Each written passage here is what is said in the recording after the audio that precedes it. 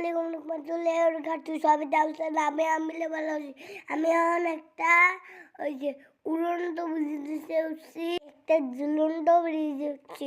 আমার পিছনে একটা আন্টি ছিল, প্রথমবার উঠছি তো সেই জন্য ভয় ভয় লাগছে।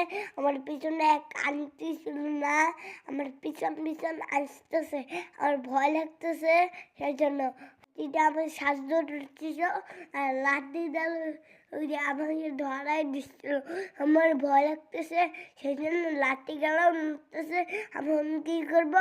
আমি ওটা খেলা শেষ, আমি জিতে গেছি। আবার অন্য বিজিয়ে উঠছি দুরন্ত, উঠে শেষ। এখন নাইট্রো নিয়ে গো। বন্ধুরা, ভয়কে জয় করতে হবে, শুধু ভয় পেতে নাই, অনেক সাহস থাকতে হবে, সুখে মানিয়ে নিতে হবে।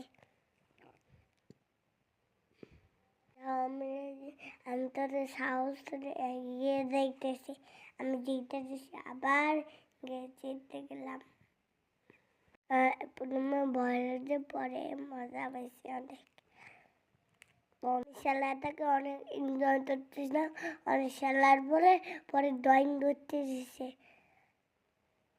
শরীরও মন ভালো থাকে। পরে আমি ড্রয়িং করতে গেছি। ছোটবেলা সবাই বেশি বেশি খেলাধুলা করবা। আমি ওই যে অনেকক্ষণ খেলার পরে আমি যে কম্পিউটার অন্য একটা বেরিয়ে দিয়েছি। আমাদের কেমন লাগে আমার ভিডিও গেল? আমি কিন্তু ছোট অনেক মজা করে ভিডিও বানাই। তবে আমার ভিডিও গেল বেশি বেশি দেখবা, লাইক করবা, কমেন্ট করবা, শেয়ার করে দেবা। ভিডিও বানানো অনেক উৎসাহিত করবা। Bye bye. সামনে যেন ভালো কিছু করতে পারে, আমার জন্য সবাই দোয়া করবেন। আল্লাহ হাফেজ। দেখো আমি নিয়ে ব্রিজটা পার হচ্ছে।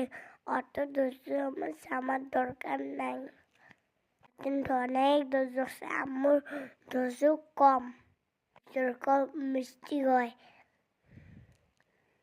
ধৈর্য ধরতে হয়, তাইলে সহজেই পৌঁছায় যাইতে পারে।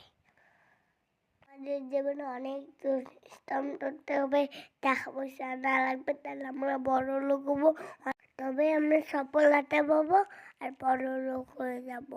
জীবনে অনেক পড়ালেখা করতে হবে, তাহলে আমার আব্বু কাকা পাইবে আর আমাকে সব কিছু টেনে দেবে ইনশাআল্লাহ। আমাকে বড় হয়ে আমার আব্বুর মতো একটা বড় চাকরি করতে হবে।